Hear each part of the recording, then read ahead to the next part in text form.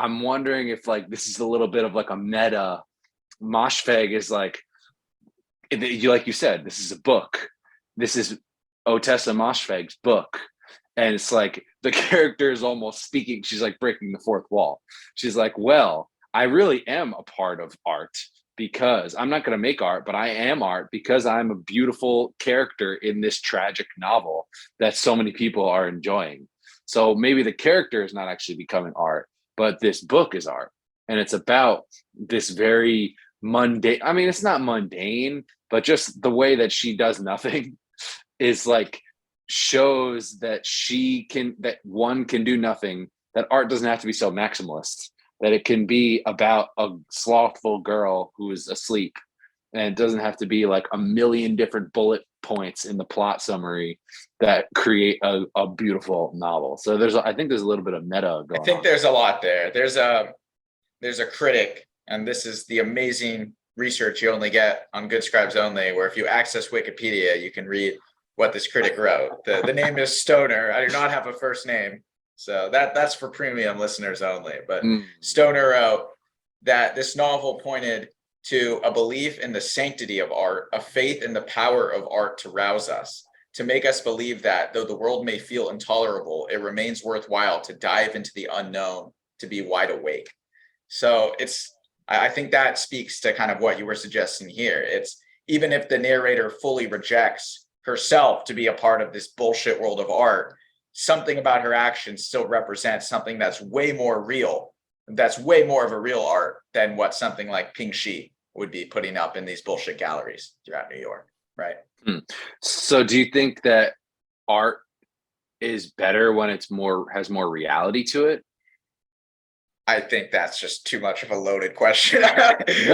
well, because the point is like if it's real art, so I guess something like if we think of like the Duchamp, right? I think it's just like the urinal, right? That was his famous one of the first what was it, modern art. There's like a very avant-garde, there's a term for it. We're both art historians here, clearly. If we didn't offend Brooklyn 10 minutes ago, we certainly have now.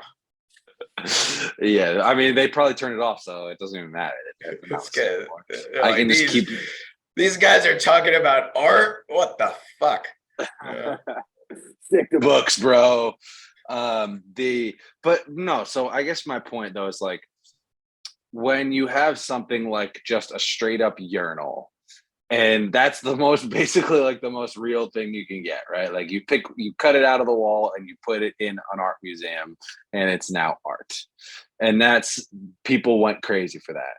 And then you could go the other direction and have something completely bizarre, surrealist, that you'd walk into an art museum, and there's like maybe it's like flashing lights and colors and all this sort of like laser games going on, and those are like almost the two extremes, and both of them have artistic integrity to them, but neither of them are real. I think you just nailed it though. I think it's a question of integrity. I think what separates Ping Shi from this book, or from stuff that we would appreciate and many people would appreciate as art, even though art is very subjective, so we're in a bit of a wormhole here, right? But like when somebody like Ping Shi is deciding that I'm going to be the next great artist and I'm going to wow everybody with some bullshit, and then critics start writing about stuff that he never intended, that has nothing to do with what he actually did, but they're all caught up in their own circle jerk of how great this art is, that's when it really starts to lose its integrity, right? Whereas setting out and at least having a little bit of intention around why your art matters, the purposes or how it's going to make people who see it and experience it feel, and so on, then I think there's something to be said for the power of great art. But maybe what this author saw is that New York at this time was moving away from that. It was very superficial, very much dependent on trust fund babies who had enough money to fuck around in the art scene and pretend like they were really deep when really there was very little beneath the surface. And so I think you used the word intention in there too. And it seems like that's, I mean, we're talking about the seven deadly sins and the seven virtues, like whatever vices and virtues. So we've got sloth as our, and diligence is the flip side. And I would be interested in like what is the flip side of intention?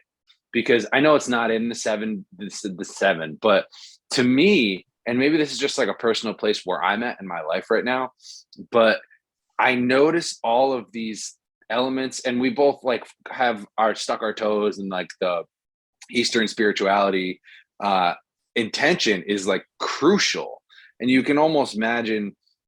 Let's compare two filmmakers. Let's compare like Quentin Tarantino or Christopher Nolan or whatever. One of those like fundamentally great, like it's almost hard to argue, and someone like M. Night Shyamalan, right? And Ooh. sorry, M. Night, sorry, man.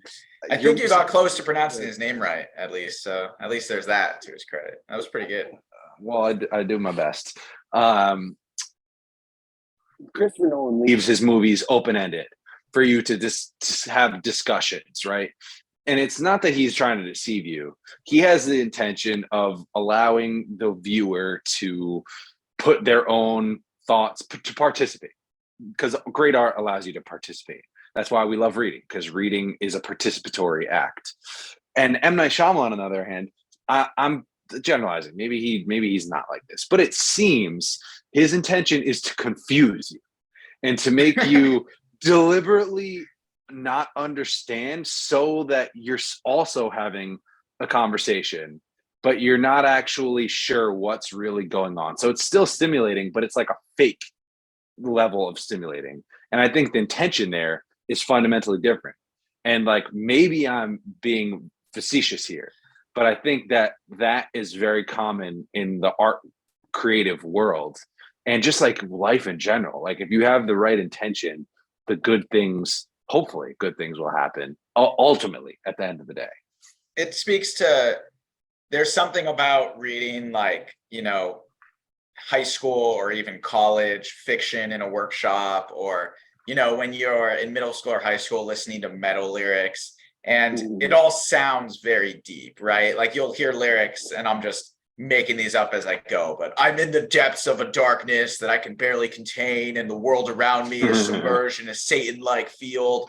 And people, when you're at a certain age, or you're like, oh, this is so deep. There, it was wonderful. Yeah, thank you. People will be like, this is so deep, right?